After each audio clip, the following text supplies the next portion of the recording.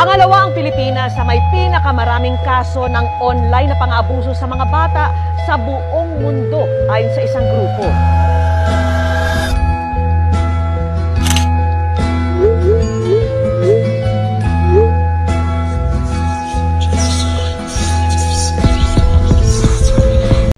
Good day everyone, my name is Lizette Bernadette Tibanes. Today I'm going to describe you what is a cyberbully in the digital age.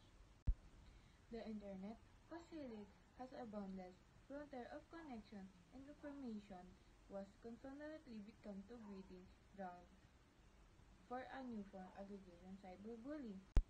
Unlike traditional bullying confined to the schoolyard and neighborhood, cyberbullying follow in the victim's home, infiltrating their personal space and leaving lasting emotional scared.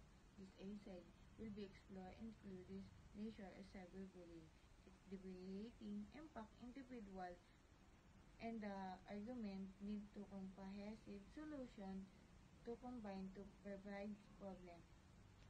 The end. Thank you for watching.